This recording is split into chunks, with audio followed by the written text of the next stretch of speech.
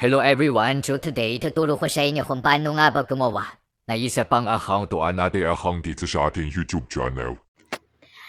Una guys, ang gagawin nyo, puntahan nyo muna yung inyong YouTube account. Ayan, click nyo lang yung YouTube account nyo. Once na nandito na kayo, i-click nyo lang yung Yung sa gilid. May makikita kayong profile nyo sa baba. Click nyo lang din yon. So ngayon, nandito na tayo sa inyong profile. Hanapin nyo lang dyan yung Switch account. May makikita kayo dyan switch account. Pwede dito sa may settings or pwede din naman dun sa may mismong profile. katabi ng profile. May makikita kayong switch account. I-click nyo lang yan. Tapos, Ayan, yun yung mga nagawa kong account last month pa. so ayun, may makikita kayong plus sign sa gilid. I-click nyo lang din yan. So, ganito na yung mangyayari. Antayin nyo lang lumabas. So may makikita kayo dyan, email or phone. Then, may makikita kayong create account. Click nyo lang yung create account and yung For my personal use, i-click nyo lang din yun. once na naklik nyo na yung may personal use, ganito na yung lalabas. Create a Google account. So may makikita kayo dyan, first name or kaya last name. Pwede nyo yung fill upan yung first name nyo, yung pangalan nyo, kung anong gusto nyo ilagay. For example, ganito yung nilagay ko, heart. Then pwede kayo maglagay ng last name or pwede din naman hindi. So, lalagyan natin siyang last name. Ayan, depende sa inyo kung ano ilalagay nyo. Then, click nyo lang yun din yung next.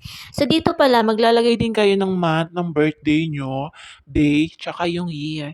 So, ayan, lagay nyo dyan siya, guys. Kung anong month ng birthday nyo, yung day, Tsaka yung year. So, syempre, meron din ditong gender, kung female kayo or male. so, ayan. Once na na-fill upan nyo na, click nyo lang yung next. Once na na-click nyo yung next, ganito na yung lalabas dyan nakasunod.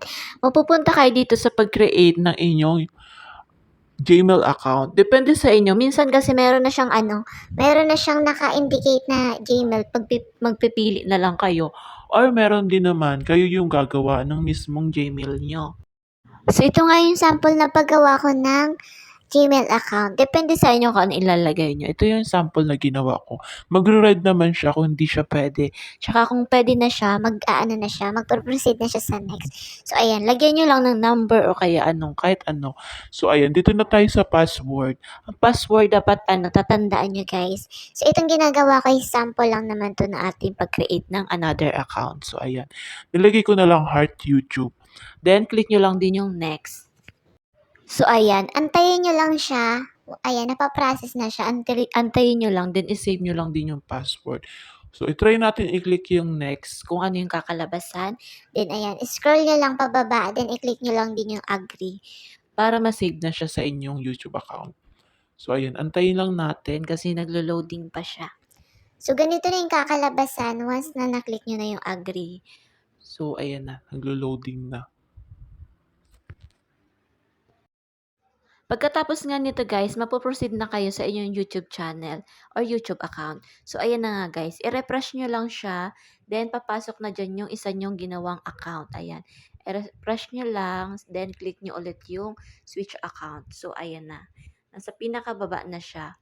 So ayan, then click nyo lang siya. Pwede nyo na siyang lagyan ng picture o kaya ng thumbnail sa pinaka niya profile. So ayan, ganun lang kadali gumawa.